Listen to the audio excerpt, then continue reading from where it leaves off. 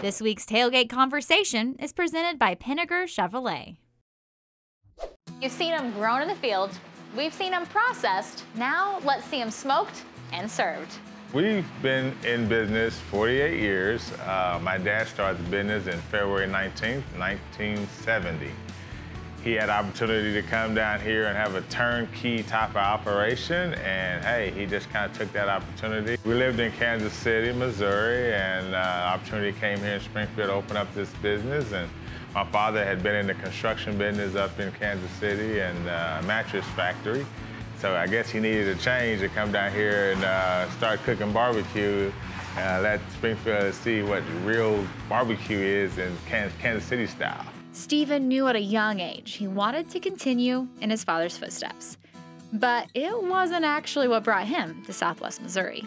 Actually, I did not really come down here to really learn the business until I came down here to go to college, because we all lived in Kansas City. My dad commuted back and forth from Kansas City to Springfield for 17 years to run this business. As a young age, I already knew what I wanted to do in life. I wanted to take over my dad's barbecue restaurant and make it grow and keep it in the family for the rest of my life. So that's when I came down here in 1980 to go to college at Drury College. And I came here and went to Drury and graduated in 1984 and from Drury with a business degree and took over the family business, and I've been doing this ever since.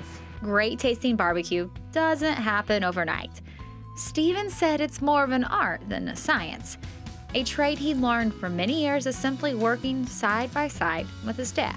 The finesse of smoking meat. Well, I tell you what, I'll tell you a story.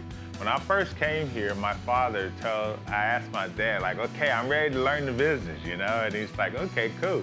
And so I said, I want to learn how to cook the meat. And he says, okay, first of all, you got to start a fire.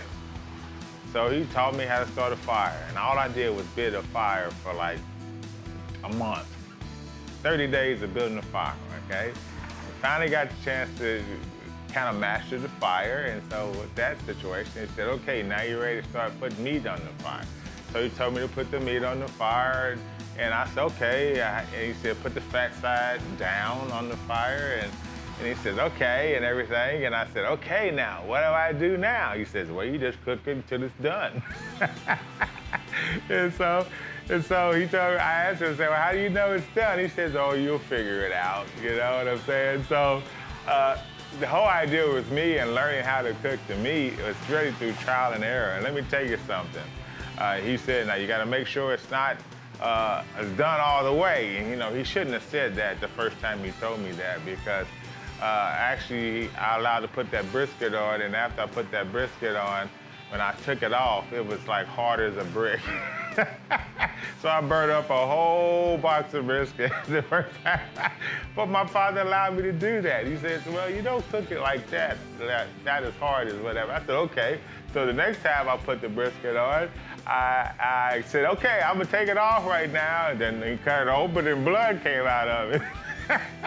So after that, I said, okay. So through trial and error, whatever, being able to allow myself to make mistakes and, you know, correct my mistakes, and just finally got it tweaked. And now I'm considered a pit master when it comes to barbecue.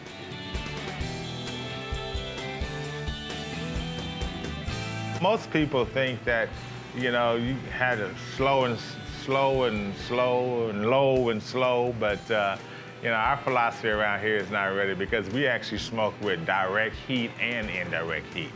So if you have more direct heat, then it's gonna be a little faster process. Actually, I could put out the same type of tender product that most people think it takes 12 hours to take, though I could put that out in about 5 hours. So usually my briskets take about 5 hours to cook, and they're just as tender as or whatever if they've been cooked 12 hours. So that takes time for them to do that. A 48-year barbecue legacy right here on East Division, Crosstown BBQ. Thank you.